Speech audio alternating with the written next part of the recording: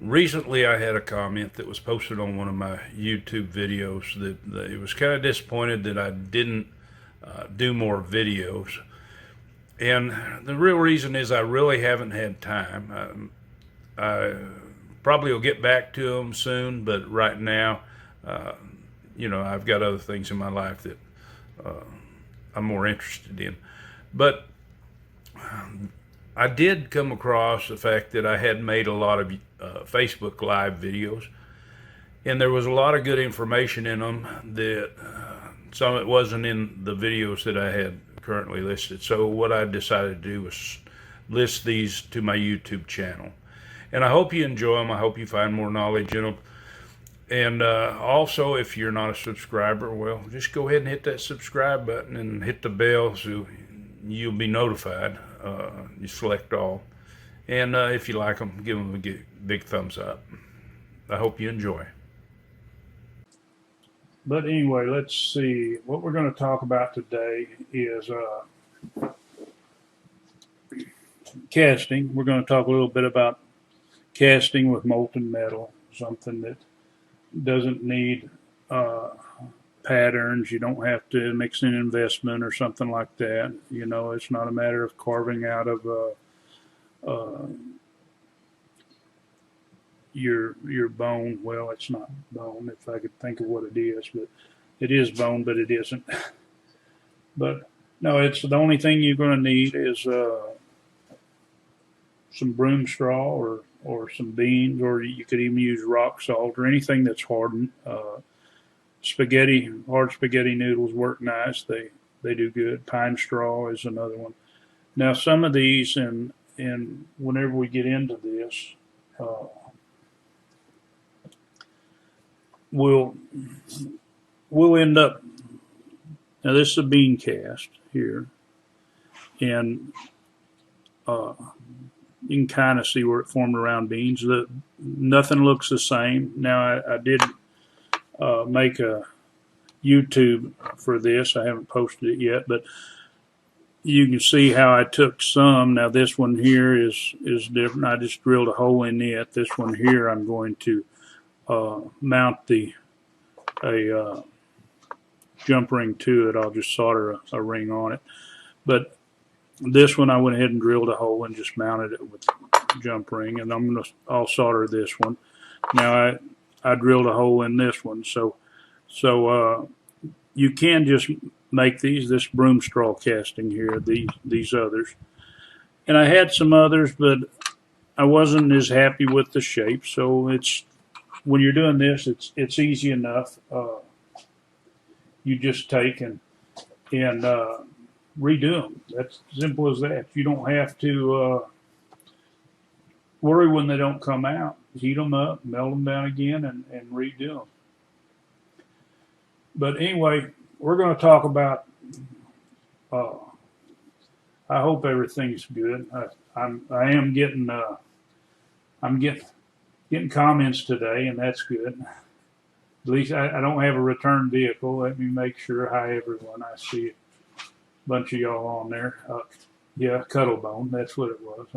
My mind doesn't work as good as it used to. Oh, now I actually got sunlight. See, it's not moving, but it's there. What we're going to do is we'll talk about safety first. And as far as anything, now I'm going to recommend some leather gloves. Now, I don't use them whenever I work. I worked around hot metal quite a bit. If I was cutting and soldering and splattering up to where it get on me, I might use them. But I recommend this. Now, these are pretty heavy. They do make some that's made for like TIG welding that are a lot thinner leather, and they'd work real well for that. They're more flexible, and you can get them in sizes for a lot of you that don't have big hands. And also, I'm going to recommend, now I'm not wearing this, but a face shield. And I'm going to tell you, whenever we start casting, don't do it sitting down. I'm sitting down now, but I'm not going to be sitting down when I cast. You don't want hot metal in your lap. If you have a leather apron, that's real good to have too, because there's always a possibility. I was casting the other day, and I was doing a video and trying to do it, and I actually spilled a little bit, and it dropped down to the floor. I was standing up, so it didn't get me. But you're messing with molten metal. It's not like your silver. You're working with silver or something, and you're melting solder. The temperature is increased up high enough to get your silver good and molten. So remember this, because if it gets on you, it's going to be third-degree burn when it hits you. It's not going to be a first or a second like you might touch something hot. I want you to remember the crucible that you use. And for those of you that don't know what a crucible is, now I've got kind of a makeshift one here. I don't do a lot of casting, but I did have one that I made work. Let me move things around, but this piece here is a crucible. Now, the crucible, whenever they're new, and you can buy them, and they're relatively inexpensive. I see them, I think, like under $20 for a 250 gram crucible, which is about a 2.5 inch round one, with the handle to hold it, which is a whole lot lighter than my homemade contraption. But you can get them for under $20. Now, the crucible is only going to last for so long. It's after you heat them up, cool them down, heat them up, cool them down. And I don't know if you can see, but there's a crack right here. This actually got a crack right down the center of it too. It should last fine to do the live feed today, but it's about time to be replaced. Now, when you get a new crucible, you're going to have to season it. And the way you season it is, let me swap back here. You take now this is kind of a big bag, but what this is boric acid. I mean borax. I don't know why I keep getting off on boric acid, but borax is what is in most of your fluxes. Now, your flux has borax in there because it takes out the impurities. But you're going to use that to season your crucible, because if you don't, when you melt your metal in it, you're going to have metal stuck in there. The part that's good and hot is going to roll on out, but the rest is going to stick there. What you would do is put you a pretty good bit of borax in there, heat it up, and just tilt your crucible different directions so that it flows, and then go ahead and I just get a bowl of water and I keep it hot and I pour it out so it coats my exit on my crucible too. But make sure that you season it properly, and that way all your metal will come out. It won't get stuck in there. Now, what we're going to be using is broom straw, or actually broom corn is what it is. It's the straw that they use to. I always think of straw as straw, but it's from broom corn. You can buy broom corn, or you can. What I'm going to be using today is part of a broom that I cut up. If you want to get real practical and do your own, just grow you some broom corn. You can get some broom corn seed and grow it and harvest it, and you'll have yours. You know, if you want to do the whole process, but you can buy broom corn. I've seen it. It's about $5 for a half a pound of the broom corn straw, and or you can buy you a broom and use it. Now, what I'm going to do, which you're going to have it in a container, and I have mine set up in here in a deep container. A lot of people do this. They'll prop it up into a 5-gallon bucket or something and pour into there so it goes in there. But whichever way you decide to do it, this will work fine for me. And this is full of water, and I've soaked this for about 30 minutes because you want it good and moist whenever you do it. Otherwise, it's going to smoke a lot and it's going to really catch on fire. And today I'm working, as you can see behind me, my shop door's open and it's a good cool day. I say cool, it's mid-80s. Other thing I've got here is I've got a can of let's say beans or peas. These are black-eyed peas. I don't like these as well, but I used my black beans the other day, so I'm going to use these. They're the same size, but the difference in the peas to me makes a difference, because black-eyed peas, even when you do buy them dry, they, for a minimal amount of soaking time, they get soft. Black beans tend to stay hard a lot longer. So if you want them to keep their form, I think it's going to be better to use a harder bean. Now, like I say, they use rock salt. You can do it with rock salt. You can do it with spaghetti noodles. Just break them up, throw them in there. They give a nice pattern. Or you can use pine needles if you want. Just use them just like you do your broom straw, or you can just throw them off in there and dump it in and get a pattern.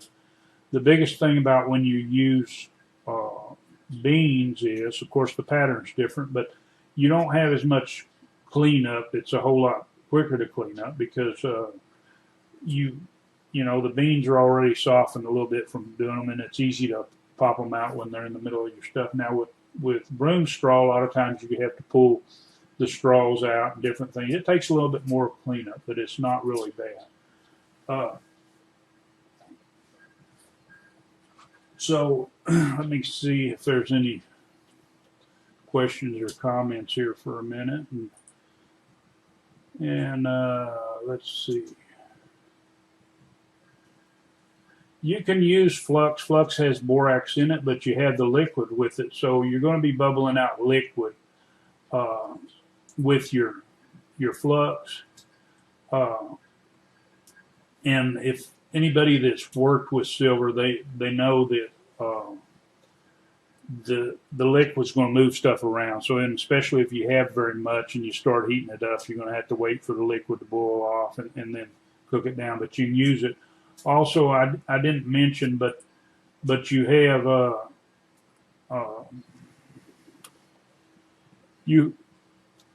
whenever you have impurities in there, now you can get you a graphite rod. You don't need a very big one for when you're working with smaller stuff. But you can buy a graphite rod, and that's what they use they'll stir their metal around, and a lot of times they'll take and work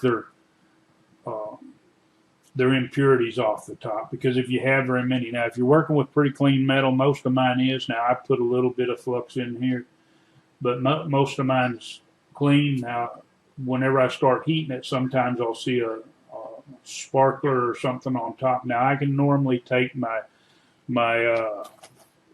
solder pick, and I can just take that and touch it to it and bring that out, so it's not a problem about removing a little bit. But if you're using a lot of I'm going to say trashier metal, something that's going to have more impurities in it, maybe it's something that you casted and you didn't get all the straw or different things out, you might have a need to try to get more of them out of there, and that might be where you want a graphite rod, or if for some reason you've got some other metals in there.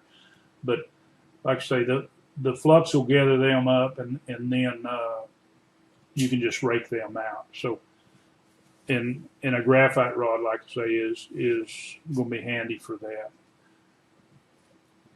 Okay, we're going to try to get started, and hopefully we won't be too disorganized here.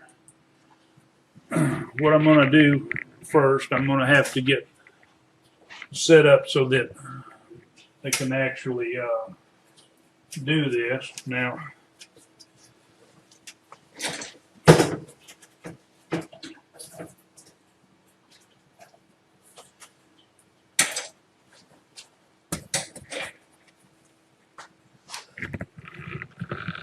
let me see if my thing wants to be particularly helpful to me today.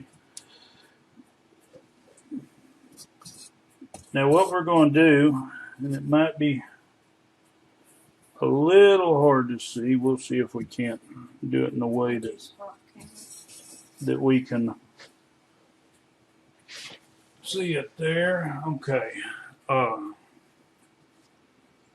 going to lighten the torch now.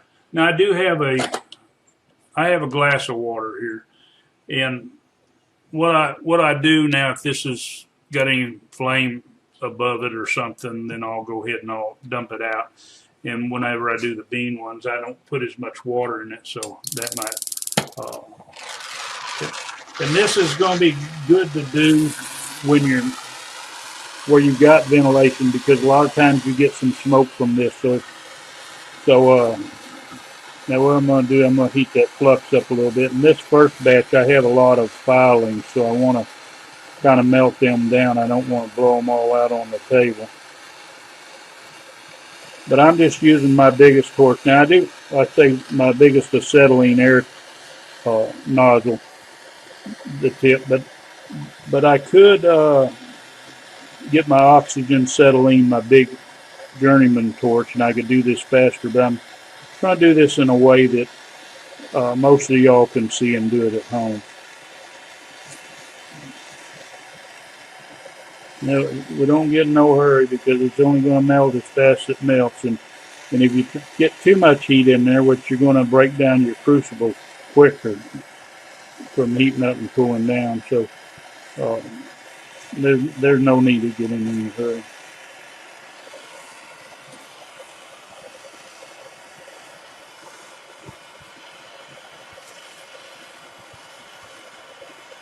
Now, when you have a lot of small pieces, it's better for melting because they can heat up quicker. The heat gets all around them. But a big blob, it just doesn't seem to move as quick. But you can melt it plenty quick. Now, there's a little bit over an ounce and a half of metal here. You don't have to have that much, but I'm going to do several little places in here, so I'm going to put a little extra so I can dump it around. How about handing me a rock, a bigger rock?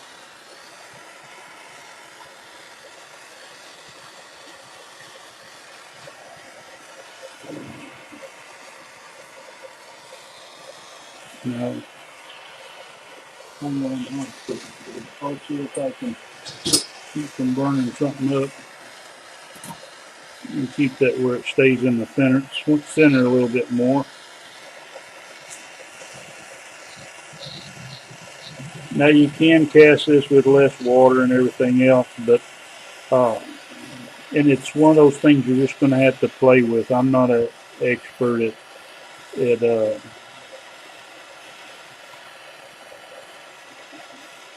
casting, straw casting and stuff, but now I got it. It's kind of, there's a lot of things that affects it, just like anything else you do with metal work. So, and if you don't like the outcome, experiment. That's the best designs, I understand, come out of mistakes. So you might even make a few mistakes.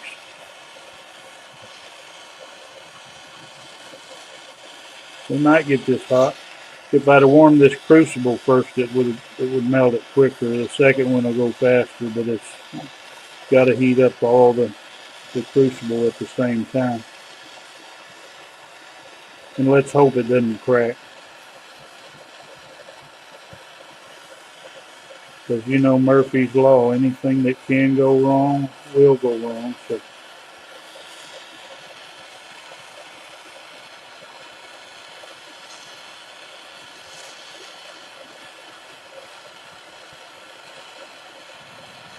yeah, I know a lot of them use just a butane torch, one of your better ones that it puts out plenty of heat to melt silver. So just whatever's available.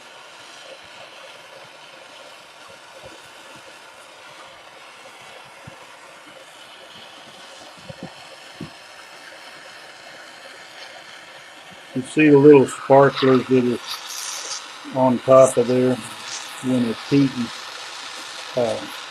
That is impurities. And when you have a lot of impurities, now some of these will burn up, but a lot of them will stay there, and that's where you use your carbon rod. Now, like I say, I'm just going to use this, and a lot of times I can catch them and bring them out. Now that piece might be too big to want to go, but I'm not a carbon rod, a graphite rod. But the graphite rod, you can pick these up real good.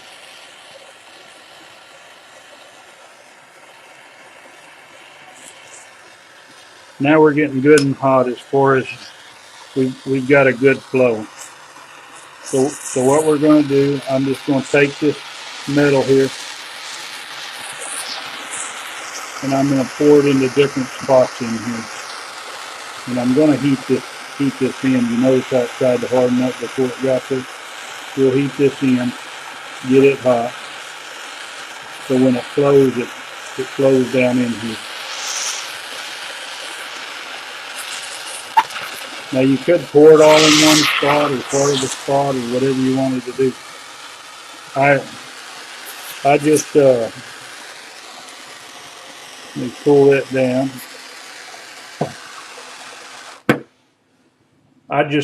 I poured it in different spots. Now I'm going to take this over here and you get some of those opened up.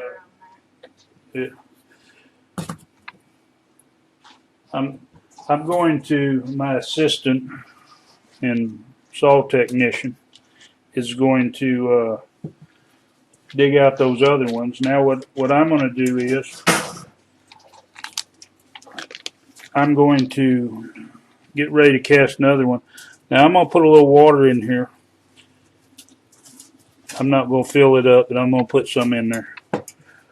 And I've got me another batch of just scrap pieces. Some of them's from casting the other day. I'm going to put them in here. And remember now, this is hot. So if you go to move anything around, you got too much there, you want to move it around, use something that's not going to burn up. Don't use your hands.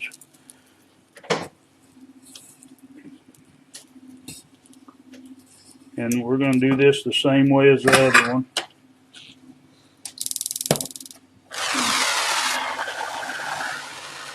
But it has a little bit of borax in it too, so it'll take out impurities. It's better if your metal's all clean. A little of this metal was tarnished and stuff. But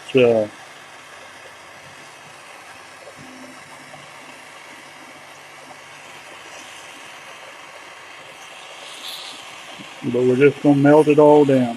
All the pieces that you think aren't good for anything else.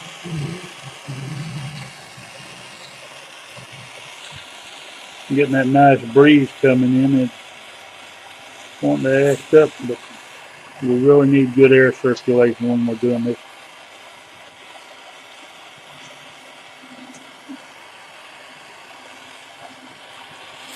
Yeah, there's a lot of things. Now, a lot of people send their scrap back in to get a credit on it or whatever. I can't see any reason to send any scrap in. There's too many things that you can do with it, whether it's making your own beads, different size for what you want or whatever. And then you end up buying casting beads or something, and you're paying $3-4 more an ounce for something that you already had. So, someone told me you could make casting beads if you poured them into water, stirred the container, and poured them in. Now, I don't know how well that would work, but there's a lot you can do with your scrap. This is piled up over some time, and for some of my casting that I did. There's all kinds of sterling. If you check out my YouTube video, I had old uh, sterling silver findings and stuff that I bought with some different things. And you know, the old earrings that you had the screw on them and would screw them to your ear. I mean, those hadn't been used in a long time, but that kind of stuff is there's plenty of that to use. Now I'll move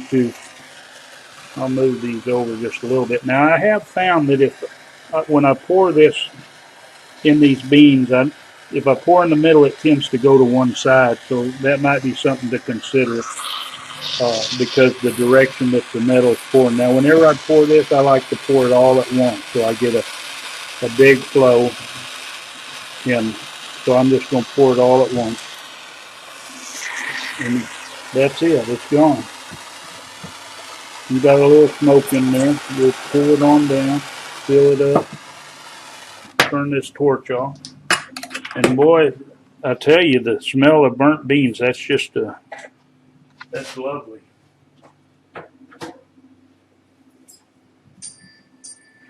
Okay, we've got a lot of heat over here. I'm going to get rid of this and get it out of my way.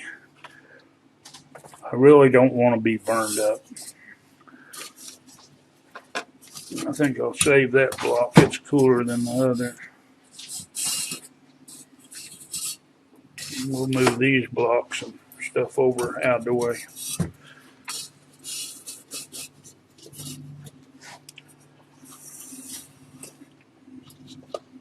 Okay. Now, I think I'll move this block too, and this. Let's just move everything. Okay. Would you give me a little pick? A little what? A pick. There's some kind of pick.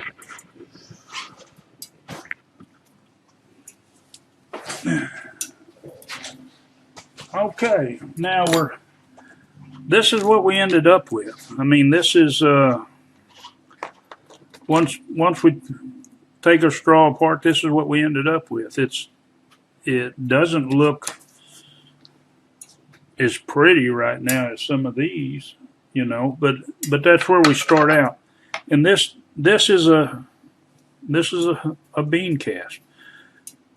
Now this is rather large, and you might want to try to do a small one, but the problem is that you never know. Whenever I cast one, I might be lucky to get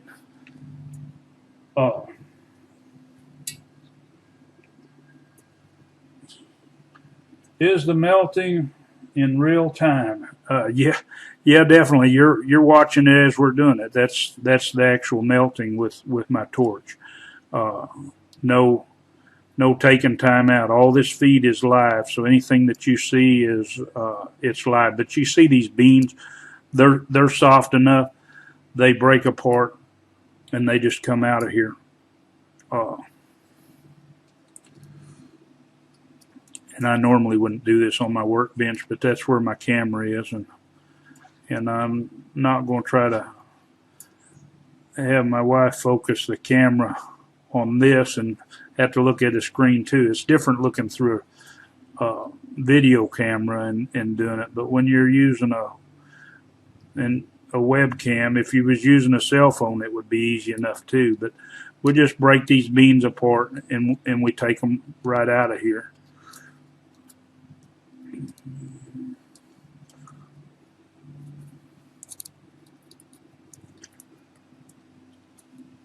Now, this pick here, this isn't anything fantastically expensive or anything like this. You know, a lot of your tools that you can end up with doing, I'd say specimen cleaning or like in jewelry and stuff like this. This old dental pick, this was one that they retired. They are not quite as sharp when they clean your teeth or whatever. They're not quite as good. And so they get rid of them. I just happened to have a person in the club, and I was talking about it, and they said, well, I work for a dentist, and we get old ones, and I can bring you some. And so I've got a couple dozen that was donated to me by someone, and whenever we need to clean a specimen or something, we have the proper tools. So don't think you have to go out and buy everything. As you can see, this is kind of really something. And what you would end up doing with a formation or a form like this is like any other jewelry that you make. I mean, someone might want a big gaudy piece of silver hanging from them, but was there any little piece, or did they all stay together?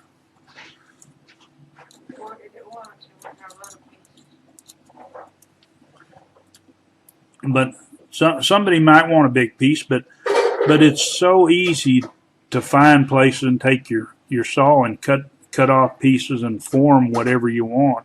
That's the same way that the other ones were. I just trimmed off what I didn't like, and then I recast. And any sharp points and stuff that I'd taken, get my little rotary file and trim them down. But now this is the other one. Like I say, the straw. Whenever you're doing the straw, it's down inside of there. And what I do, I have another pick, but I'll rake it out, and then I'll take these forms. And it might not be just that you're going to hang this form now. Now this is what we got after we finished up, which is a unique shape. And like I say, it depends on what you want to do. You might want to cut it off there and cut it apart from there, and use this one for one piece. It's endless to whatever you can create with it. But whenever I have some other finer picks, like I say, I have a bunch of dental picks. But yeah, if you would give me one of the finer end ones that's over there, and to clean these out. But you never know. You never know what you're going to end up with, because it's however the silver flows into your piece, your broom straw. But I'll make sure this one here is pretty easy to clean. Sometimes they aren't, but you can see little pieces, and you just have to clean these out good. And then after. And you're gonna, whenever you do straw, you're gonna end up with a little more fire scale than when you do beans. Unless, I guess, you do dry beans, you might end up with some fire scale. Now, there's little pieces of silver. All these, what we do is we just pan them back out. The small pieces we'll pan back out, or get them out of the broom straw, and we work in a dish. And it's easy. It's a lot easier to pan out chunks of silver than it is panning gold at the creek bed. But once you get all these pieces worked out of here, you're going to pickle this just like you would any other jewelry piece. And some of these pieces might not be what you want, but that's the unique thing about casting this way is all you have to do I'd say clean them up, make sure you get rid of any fire scale, or either just put them back in there and put your little borax with them. But take and see, because depending on what you want, there might be pieces that you don't like, and you just take them off and you make it. I don't know. Is this a chicken? I don't know. That could be a chicken. but I don't know, not any that you've seen before. But yeah, that's all you need to do. Now, I don't know if I have any new comments, or if my feed got slow enough that my wife might tell me on her phone, because we go from red to yellow on the speed, so it's kind of slow. Any comments, Pastor? Okay. Anyway, that's kind of where we're sitting. Let me swap over. That's where we're setting on casting. But the main thing I want to emphasize is this metal is extremely hot. Whenever you get it to that temperature, right off my head, I don't remember if it's 1700 something or what it is, almost 1800 degrees of silver melts, but whichever way it is, it's hot. And it's not like when you're melting solder, your solder is right there in the spot. You're not dealing with a big puddle of molten metal. So be very careful. Make sure if you're using now my crucible, I'm like I say, the holder is handmade, but I made sure I had a wooden handle so that I didn't have to worry about the metal getting hot and burning me. Some of the other ones, they have metal handles and the heat does transfer through them. So make sure that you're wearing a glove. My new one that I've got coming, it does have a metal handle and I'll have to wear a glove. The big heavy gloves are kind of awkward when you're dealing with a smaller handle. So get something that you feel comfortable. Try it out before. Don't start heating your metal and then find out that you can't handle it or tilt it right or whatever. Remember to try to keep your metal clean. Make sure that you stand up. Do not do this sitting down. I don't care if you can only sit and try to do it. I would recommend that you put everything lower than your lap, as far as get you set up, maybe a block or something. Make everything that's lower than your lap, so that this metal won't accidentally pour on your workbench or whatever and get over on you, because that would sure take the joy out of it. I don't know next week what we're going to do. I kind of I'm thinking maybe something on the lapidary end. I see a lot of hearts that's made, and it seems like some have a problem with the nice tight point in the top, and I thought about maybe discussing that. But if there's something metal related, I'd be just happy to do that. So if there's anything that you'd want more information on or something like that, just let me know. If I can't do it, I'll find out, and if I can learn how, I'll do it. If there's somebody else in the group that can do it, well, then we'll get them to do it, because we've just seen somebody that had a lot of experience be the one that actually is doing it. I don't want to do something that I don't have enough. I don't wear flip flops. Oh yeah, that'd be a good one. Is don't wear flip flops. Yeah. And thank you, Cheryl. I thank all of y'all that watch this, and I hope that you learn something. I hope that you find out this stuff is so simple. Don't be scared to do it. That's the reason why we have this channel. That is this group, and we do these live tutorials, is that so you won't be afraid. Don't be afraid to ask a question if there's something related to it that you want to know, because there's probably somebody else out there that's not asking that same question. And I want to encourage some of you that have this knowledge, to share it. There's some things I'd like to see live. I mean, I can go to YouTube and I can find out a lot of things, but I'd just assume somebody that's doing it and they feel comfortable doing it. I'd like to make fused glass cabochons, and one day I will, but I'd really like to watch somebody do it, because I just like to see craftsmen whenever they work, and a lot of the other members of the group do. That's why it's growing so fast.